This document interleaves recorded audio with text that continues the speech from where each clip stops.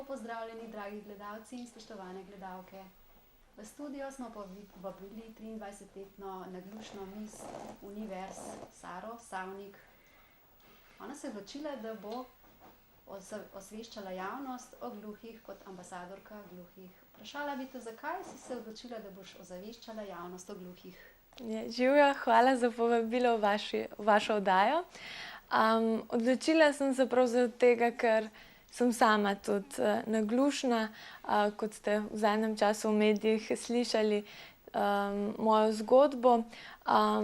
Mogoče odločila ni pravi izraz, ker sem sprva želela skrivati, ker vseeno nisem nekako klasična miss, ki smo jo navajeni, ampak javnost je želela vedeti več o tem, novinarji so izbrskali in pač sem se bila pripravljena soočiti in povedati, kaj in kako, oziroma mojo zgodbo, kako sem postala naglušna.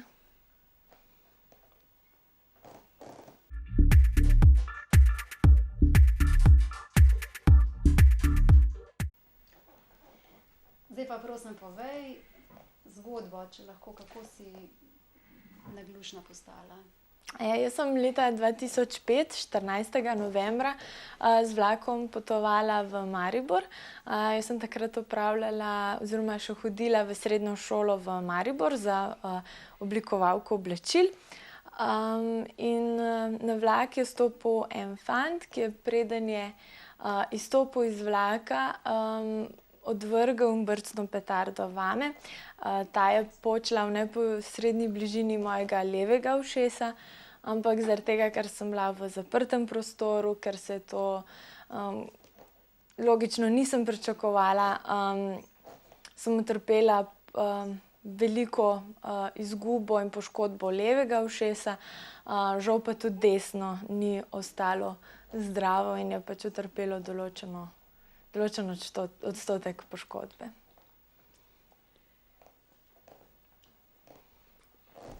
Zanima me, koliko procentov izgube sluha imaš in če nosiš slušni aparat na enem ali na obeh? Na levo uho pogovorno ne slišim, se pravi, ne slišim telefonskih pogovorov, glasbe ne morem poslušati, tudi oseba, ki je recimo na levi strani, jo ponavadi veliko slabše slišim kot oseba, ki je na desni. Na desno uho pa slišim tako za polovico manj kot normalni ljudje. Zdaj aparat imam na obeh ušesih, s tem, da imam na levi večjo jakost in s pomočjo aparata lahko tudi opravljam telefonske pogovore na levo uho.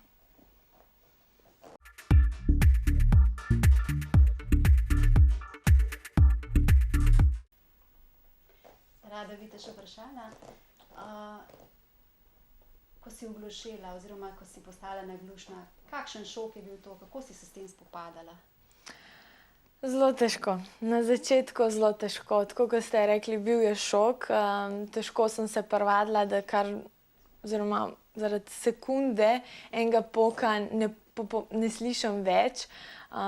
Težko sem se navajala, tule so bile še res velike bolečine. Takrat sem bila potem tudi hospitalizirana nekaj dni v bolnici. Je bilo težko. Težko sem se privajala. Kasneje sem se naučila brati z ustnic, tako da sem si s tem pomagala. In seveda pač vsak teden, vsak mesec sem bila boljša v tem, ne. Nekako sem se tudi navadila na to, ker pač ni bilo vedno prilike, da mi je kdo na glas govoril, ampak če mi je pa počasi odpiral usta, sem pa veliko razumela, tudi če pač situacija je bila dana, da niso se mogli z mano na glas pogovarjati.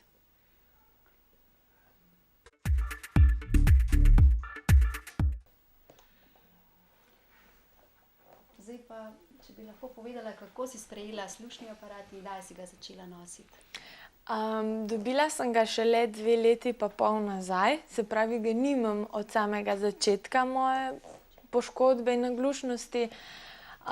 Sprva je bil to šok. Nekako sem se tolažila s tem, da dokler ne bom imela slušnega aparata, slišim dobro. To je bila ena taka moja, recimo, spodbuda, tolažba. In ko so mi zdravniki povedali, da je pač moj sluh se poslabšal in da ne bo šlo drugače, kakor da dobim slušni aparat, je bil to zame kot en velik poraz, za katerega itak nisem bila sama kriva, žal se je zgodilo. In mogoče zaradi tega sem se malo težko s tem sprijaznila. Ampak ko sem ga dobila in če pogledam zdaj za nazaj, vidim, da sem bila v tem času zelo prikrajšana, ker v bistvu se mi je življenje obrnilo na bolje, kar se tiče razumevanja, lažje komuniciram z ljudmi. Sprva mi je bilo hecno in čudno, ker sem v bistvu slišala vse, kar prej nisem.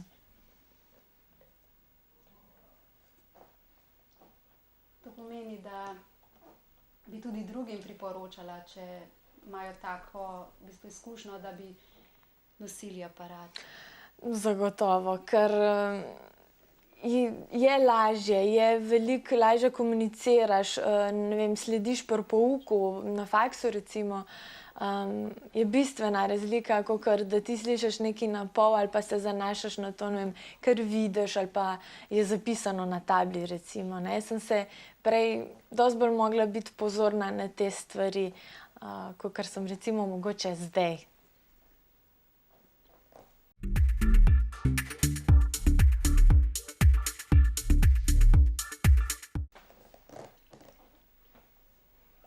Katere situacije so bile najtežje? Najprej to, da se mi je to zgodilo, da sem mogla iti čez to situacijo. Kasneje je bilo pa to vrnitev v šolo. To mi je bilo ena izmed najtežjih stvari. Seveda je bilo potem težko to, ker me v šoli niso sprejeli določene sošolke, niso želele komunicirati z mano, ker so pač mislili, da je to zdaj zelo težko, ali ne vem, kaj so imele v mislih. Pa veliko sem imela težav z učenjem, s koncentracijo, veliko več ur in časa sem namenila tem, da sem eno snov dodelala ali pa se jo naučila. Ali ste potem kasneje spoznali še kakšne gluhe, ste prišli v stik z njimi, ste se naučili če ste se naučili kaj znakovnega jezika? Ja, sem prišla. Moram povedati, da v bistvu moja prva izkušnja z recimo prav slikanjem za eno od diplomskih nalog je bilo, da me je slikala punca, ki je bila gluha. In mislim, je prav zanimivo, da ti v bistvu takšni ljudje pridejo naproti v življenju. Jaz pač nimam proti tem, nisem človek, ki bi, ne vem, rekla, da s kom ne bi delala ali pa da imam kakšen odpor. Jaz sem pač videla tule priložnost, da se tudi jaz od njih kaj naučim. Znakovnega jezika pa ne znam. Žal ne. Pa bi si želela? Si kaj radovedna, kako se to? Ja, bi. Kakšno besedo bi rada znala, že zaradi tega, da znaš.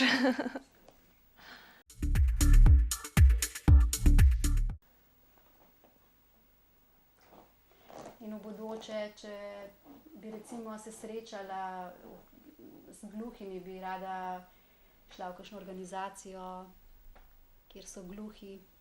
Jaz bi rada, da tudi gluhi vidijo, da niso nič drugačni in da v bistvu lahko počnejo vse, kar si v življenju želijo. In v tem času, bom rekla, odkar je moja zgodba prišla na plan, dobivam ogromno sporočil in mailov, kako sem takšnim ljudem navdih. Veliko starši gluhih ali pa naglušnih otrok me kontaktirajo, otroci glušnih ali pa gluhih staršev. Tako da moram reči, da tule vidim res veliko podporo ljudi. In si želim, da res sami vidijo, da to, da so gluhi ali pa naglušni, ne sme biti težava. se lahko vidi, da ste mene, imam probleme z ravnotežjem, pa vseeno hodim v petkah po modni pisti, a ne. Treba je pokazati, da vse lahko, tudi pri komunikaciji, da se da z nami sporazumevati, tako kot z vsakim.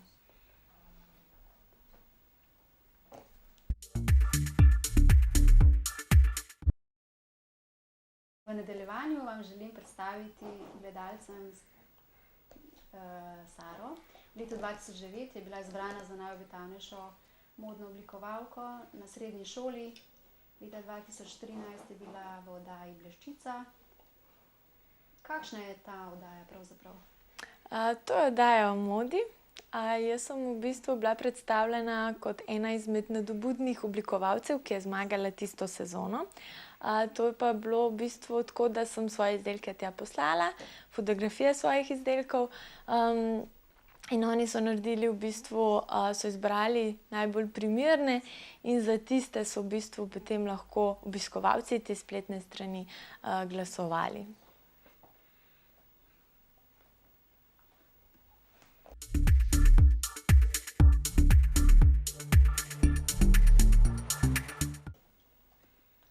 Tudi v reviji Perfect Wedding so bile objavljene, v bistvu je bil objavljen tvoj nakit. Ja, delala sem za njih kot model, hkrati so pa uporabili tudi moj nakit, ja.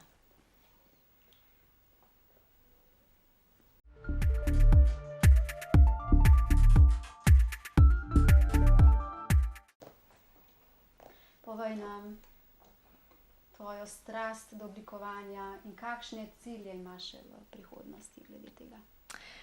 Moja strast do oblikovanja se je začela že zelo v rosnih, mladih letih. Začela sem seveda kot majhna punčka, šivati, rezati blago za svoje barbike. Kasneje sem se zaljubila v perlice in v izdelovanje nakita. Tako da odločitev, kakšna bo moja pot v prihodnosti in da bom modna oblikovalka, sem vedela že par let preden sem končala srednjo šolo. V bistvu meni oblikovanje, moda pomeni sprostitev, to je moj svet. Pa naj bo to ustvarjanje nakita, risanje kreacij, karkoli. Takrat svoje ideje, misli, jaz rečem včasih mojo noro glavo spustim na plen.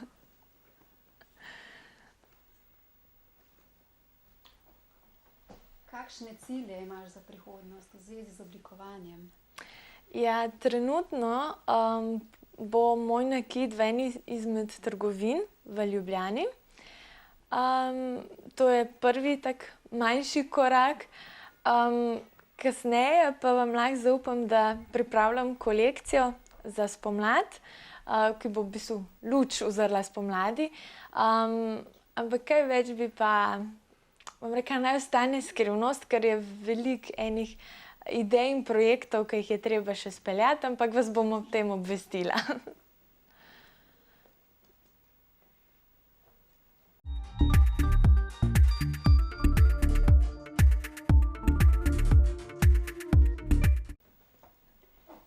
Sara, sedaj aktualna Miss Universe, je tudi leta 2012 bila izbrana za kraljico vrtnic. Leta 2013 pa je bila izbrana za prvo spremljevalko Miss Earth. Je to prav? So to vsi, ali si še kakšen naziv pridobila? Ja, enega ste pozabili našteti, to je Look of the Nation. Sem prva zmagovalka in lastnica tega naziva. Gre pa za mednarodno manekensko lepotno tekmovanje. Dogajalo se je lani v Italiji, tekmovalo je pa 15 deklet iz 15 različnih držav. Jaz sem bila predstavnica Slovenije in prav Slovenija je zmagala na tem tekmovanju. Čestitam. Hvala. Pa tudi ambasadorka delfinov ste. Kaj pa to sploh pomeni? Ja, res je. Jaz sem velika ljubiteljica delfinov. Od nekdaj jih obožujem in imam rada. Do tega sodelovanja je pa prišlo z društvom Morigenus. To je društvo za zaščito morskih sesalcev v Sloveniji. Tam imajo tudi eno izmed možnosti, da delfinčka posvojiš za določen čas, s tem pa ga v bistvu na nek način zaščitiš in spodbudiš društvo ter jim pomagaš pri razvoju in raziskovanju. Jaz to počnem zdaj že 4. leto. Letos se mi je pri posvojitvi pridružil tudi moj fant Mitja, tako da se lahko vedno pohvalim, da imam delfinčka v posvojitvi.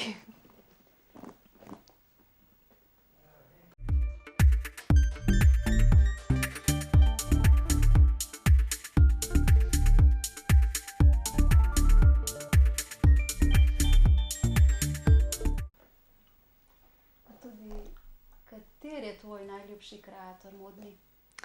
Jaz bom rekla, da je kar legendarna Coco Chanel. Od vedno mi je bila všeč zaradi neke klasike in prefinjenosti in predvsem, ker je bila ženska, ki si je upala iti naprej. Vsi poznamo njeno legendarno malo črno obleko, brez katere danes ne more nobena ženska. Bila je ženska, ki si je upala, ki je bila samozavestna, predvsem pa je verjela v sebe in taki ljudje mene navdihujejo.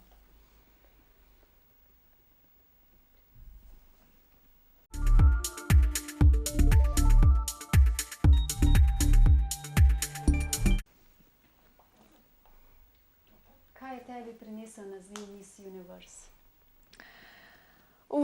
Veliko obveznosti najprej.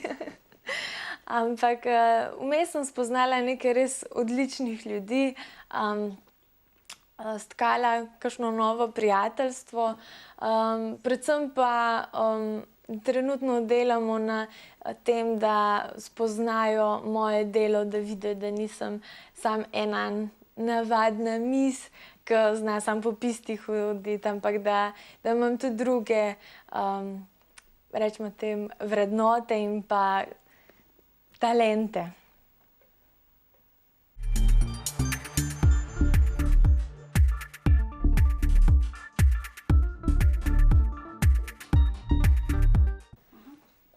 Koliko časa se že ukvarjaš z manekenstvom in katera je tvoja vzornica med manekenkami? Ja, moram povedati, da prvič sem stala na modni pisti, ko sem bila stara šele 5 let.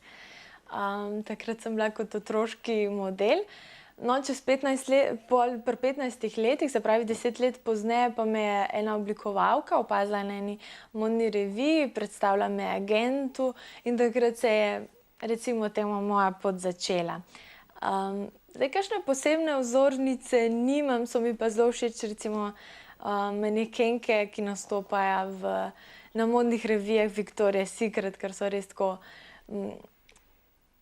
radi jim rečemo, so popolne, pač res imajo vrhunsko telo in kar je meni všeč, niso tiste shirane manekenke, ampak tako zdrave postave imajo.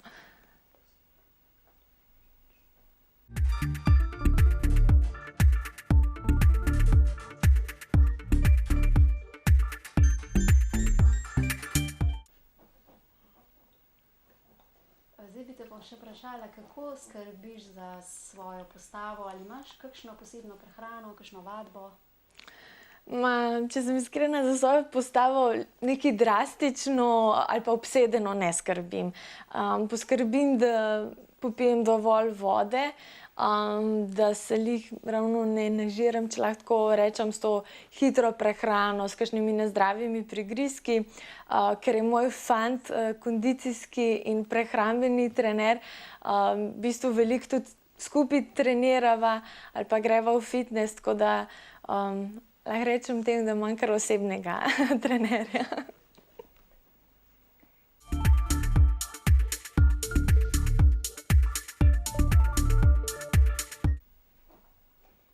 Zdaj bomo kmalu zaključili. Prosila bi te na koncu, če bi lahko še kakšno besedo za gledalce povedala mladim, recimo, kako kljub gluhoti uspeti. Za na konec bi še rada gledalcem in pa vsem gluhim in naglušnim dala nasvet, da v življenju nikoli ne obupate, sledite svojim željam, ciljem in sanjam, ker edina ovira ste lahko samo vi, ne vaš sluh.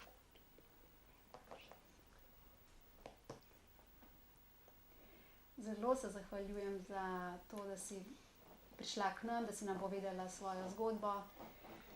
Želim ti veliko uspeha in da bi še večkrat slišali kaj o tebi. Najlepša hvala.